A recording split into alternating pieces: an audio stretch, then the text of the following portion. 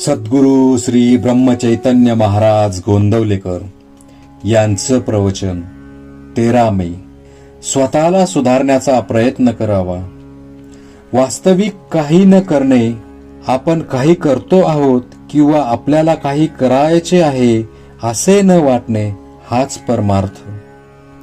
देहाने मनाने एकसारखी चळचळ करायची आपल्याला सवय लागली आहे. देहाला स्वस्थ बसायला लावणे कठीण, मनाला स्वस्थ बसायला लावणे हे त्यापेक्षाही कठीण आणि देहाने कर्म करीत असताना मनाला स्वस्थ बसविणे हे अत्यंत कठीण.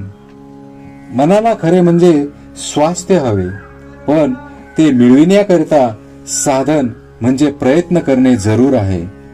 मनाचे स्वास्थ्य बिघडायला कारणे 3. 1. आपल्या इच्छेविरुद्ध गोष्ट होणे. 2. मागच्या आपल्या बऱ्या वाईट कर्माची आठवण होणे. आणि 3. उद्याची काळजी लागणे. आता जो तो आपल्या इच्छेप्रमाणे व्हावे असे म्हणणार, मग सर्व तुमच्या इच्छेप्रमाणे कसे चालतील? तुमच्या इच्छेविरुद्ध गोष्टी होणारच. तेव्हा स्वास्थ्य बिघडू न देण्यासाठी आपली इच्छाच नाहीशी करावी. अमुक गोष्ट मिळावी ही बुद्धीच नाही ठेवू.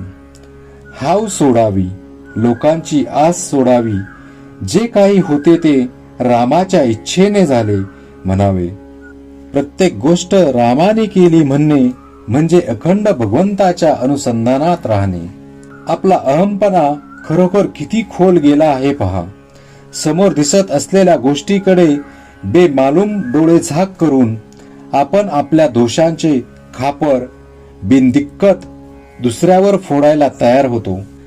अमक्या तमक्याच्या नादाने आपला मुलगा बिघडला असे आपण म्हणतो, कारण आपलाच मुलगा खराब आहे हे म्हणवत नाही. ते म्हणण्याची लाज वाटते म्हणून दुसऱ्याच्या मुलाला आपण वाईट म्हणतो. आपला मुलगा आपल्या डोळ्यादेखत संगतीच्या योगाने एवढा बिघडतो, तर मग संगतीचा परिणाम केवढा असला पाहिजे? संगतीचा परिणाम जर एवढा मोठा आहे, तर संत संगतीत असताना आपल्यात सुधारणा का दिसू नये? संत संगतीने मग आपण निश्चित सुधारायला पाहिजे, पण तसे तर दिसत नाही. मग नडते कुठे? याचे मुख्य कारण म्हणजे आपण स्वतःला सुधारण्याचा प्रयत्नच करीत नाही. आपल्याला सर्व समजते, परंतु प्रयत्न करायला नको. वासनेच्या जाळ्यातून बाहेर पडण्याचा आपण प्रयत्न करीत नाही. त्यामुळे वासनेतच आपण जन्माला येतो आणि वासनेतच आपला अंत होतो. याकरिता एकच खात्रीचा उपाय आहे, आणि तो म्हणजे भगवंताला अनन्य भावाने शरण जाणे. रामा, तुझ्या वाचून माझी यातून सुटका नाही. तू ठेवशील त्यात मी आनंद मानीन. तुझे प्रेम मला लागू दे असे कळकळीने रामाला सांगावे आणि सदैव त्याचे नाम हृदयात ठेवावे.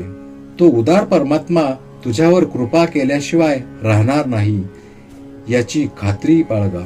वासना मारायला भगवंताचे अधिष्ठान हा एकच उपाय आहे. श्रीराम जय राम, जय जय राम.